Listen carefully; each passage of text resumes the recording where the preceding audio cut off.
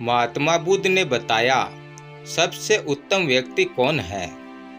गौतम बुद्ध एक शहर में वास कर रहे थे। उनके कुछ शिष्य भी उनके साथ थे। उनके शिष्य एक दिन शहर में घूमने के लिए निकले तो उस शहर के लोगों ने उन्हें बहुत भला बुरा कहा। शिष्यों को बहुत बुरा लगा और वह वापस लौट आए। गौतम बुद्ध ने जब देखा कि उनके सभी शिष्य बहुत क्रोध में दिख रहे हैं तो उन्होंने पूछा, क्या बात है, आप सभी इतने तनाव में क्यों दिख रहे हो। तभी एक शिष्य क्रोध में बोला, हमें यहाँ से तुरंत प्रस्थान करना चाहिए। जब हम बाहर शहर में घूमने के लिए गए तो यहाँ के लोगों ने बिना वजह हमें भला बुरा कहा।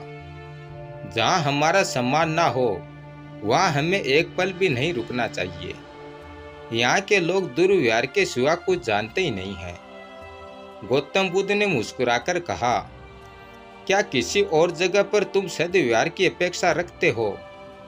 दूसरा शिष्य बोला, इस शहर से तो भले लोग ही होंगे। तब गौतम बुद्ध बोले कि किसी जगह को सिर्फ इसलिए छोड़ देना गलत होगा कि वहाँ के लोग दुर्व्यवहार करते हैं। हम तो संत हैं, हमें तो कुछ ऐसा करना चाहिए कि जिस स्थान पर भी जाएं, उस स्थान को तब तक ना छोड़ें जब तक अपनी अच्छाइयों से वहाँ के लोगों को सुधार ना दें। हम जिस भी स्थान पर जाएं, वहाँ के लोगों का कुछ ना कुछ भला करके ही वापस लौटें। हमारे अच्छे व्यवहार के बाद वह कब तक बुरा व्यवहार करेंगे। आखिर में उन्हें सुधरना ही होगा। वास्तविकता में संतों का कार्य लोगों को सुधारना ही होता है। सही चुनौती वो है जब हम विपरीत परिस्थितियों में खुद को साबित कर सकें। यह सब बातें सुनकर बुद्ध के सभी प्रिय शिष्य आनंदमयी हो गए। उत्तम व्यक्ति किसे कहते हैं?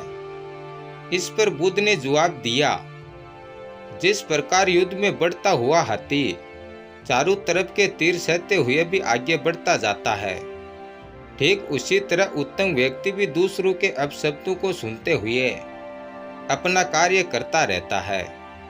खुद को वश में करने वाले प्राणी से उत्तम कोई और नहीं हो सकता।